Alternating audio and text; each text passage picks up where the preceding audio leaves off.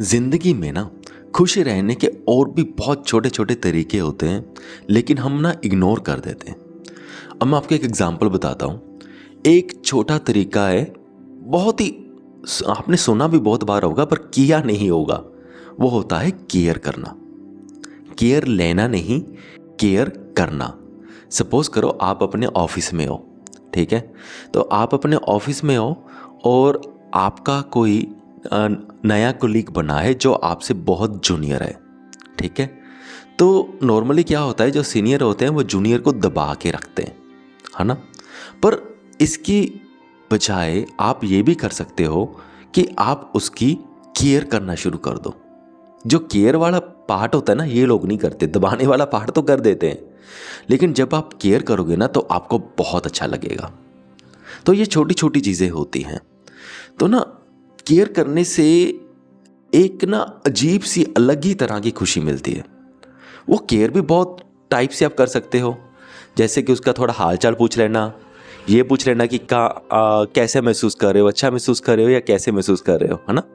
तो घर वालों के बारे में थोड़ी बहुत बातें कर ली, और जब इंटरवल टाइम हुआ तो उसको चाय कॉफ़ी पूछ ली, अपने पैसे से चाय कॉफ़ी पिला दी।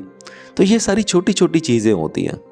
या अगर कहीं आप जा रहे हो किसी कंपनी के काम के लिए और रास्ते में उसको थोड़ी भूख लगी, आपने सेंस कर लिया, आपने कुछ खाने को दिला दिया अपने पैसों से।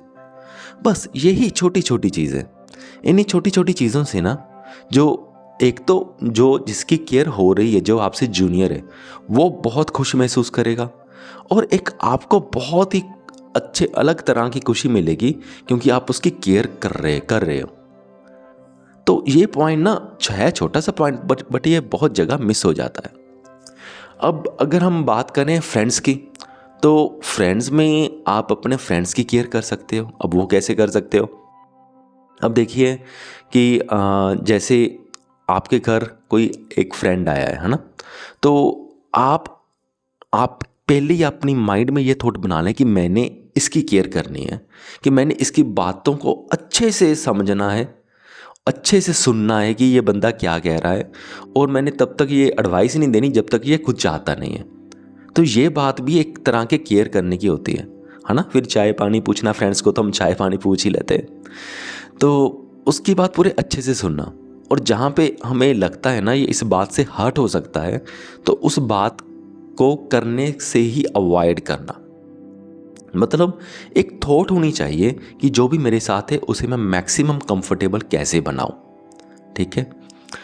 अब थर्ड पॉइंट एक ये कह सकते हैं कि हम बहुत बार, आजकल का ऑनलाइन का ज़माना है, तो बहुत सारे लोग ऑनलाइन बातें करते हैं, बहुत सारे लोग स्ट्रेंजर्स से ऑनलाइन बातें करते हैं। तो यहाँ पर भी हम ये फॉर्मूला अप्लाई कर सकते हैं, केयर करने वाला। अब यहाँ पे अगर आप जिन जिन लोगों से भी बात कर रहे हो, तो अपने माइंड में ये कंसेप्ट डालो कि मैंने इनको बहुत कंफर्टेबल महसूस करवाना है, इनको बहुत अच्छा महसूस करवाना है, कि इसे याद आए कि हाँ इसने मेरे से बात करी थी। बट नॉर्मली ऑनलाइन वर्ल्ड में होता क्या है कि जो होता है ना बंदा, वो ये सोचता है ना ही मेरा नाम जा रहा है, ना ही मेरी आइडेंटिटी जा रही है, तो वो गालियाँ निकालनी शुरू कर देता है। जहाँ भी जाएगा डिस्टर्बेंस क्रिएट करेगा, गालियाँ निकालेगा, तो ये सब भी चलता है। तो इससे जो सुनने वाला वो भी हर्ट होता है, और जो बोलने वाला है उसे कुछ टाइम के लिए प्लेजर महसूस हो सकता है, लेकिन जब उसे पता चलता है बाद में कि ये सारे मेरे से नफरत कर रहे हैं, तो फिर उसे हर्ट होता है। और ये सच में होता है, वो दिखाता है मुझे हर्ट नहीं हो रहा, पर उसे हर्ट बहुत हो रहा होता है, क्योंकि at the end of the day सभी को प्यार चाहिए होता है।